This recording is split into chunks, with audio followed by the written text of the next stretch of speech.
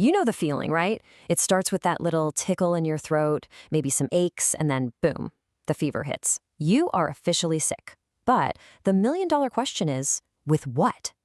Some invisible intruder has set up shop, and figuring out who it is, well, that's a fascinating detective story. So that's what we're going to dive into. We're going to follow the clues from the moment you walk into the doctor's office all the way to the high-tech lab and see exactly how science unmasks these microscopic criminals. Every good investigation has to start at the scene of the crime. And in this case, the scene of the crime is you, sitting in the doctor's office. Before any fancy tests get ordered, the first step is just about gathering those initial clues. Your doctor really does become a detective. They start with the basics, kind of like an interrogation. Where have you been? Who have you seen? Then they look for physical evidence, like a telltale rash.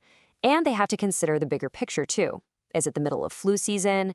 Is there a known outbreak going around? All these little pieces start to build a profile of the suspect. And sometimes the evidence is just so obvious, it's an open and shut case. Think about something like chickenpox with its super distinctive rash, or the classic swollen cheeks of mumps. The signs are so clear that a doctor can often say, yep, that's what it is, right then and there. No backup needed. But let's be honest. Most viruses are masters of disguise. They just cause vague symptoms like fever and aches that could be anything. So to really get a positive ID, the investigation has to escalate. It's time to go to the forensics lab, where scientists have the tools to find much, much smaller clues.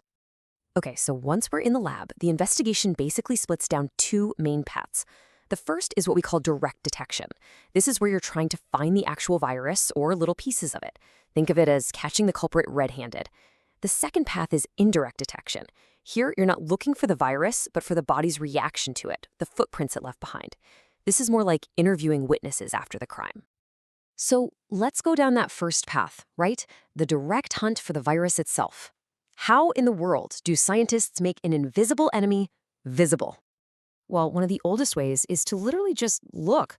With a powerful microscope, scientists can actually see the damage a virus does inside our cells. A virus like rabies, for instance, leaves behind these unique little clumps of viral parts called inclusion bodies. It is the microscopic equivalent of finding the culprit's fingerprints all over the crime scene. A much more common way, though, is to look for something called viral antigens. Antigens are just specific proteins that sit on the surface of a virus.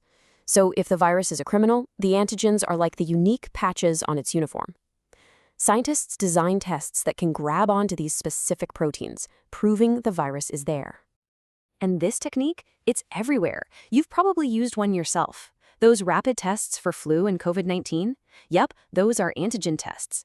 They're designed to give you a quick yes or no by looking for those unique viral proteins. And they're crucial for diagnosing other viruses too, like hepatitis B and dengue.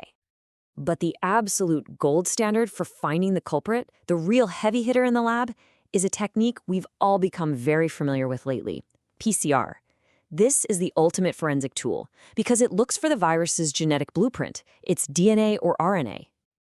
The idea behind PCR is just brilliant. It's basically a genetic photocopier. You can start with a tiny, almost invisible snippet of the virus's genetic code from a sample. The PCR machine then runs it through cycle after cycle, doubling it each time, again and again and again, until you have millions, even billions of copies.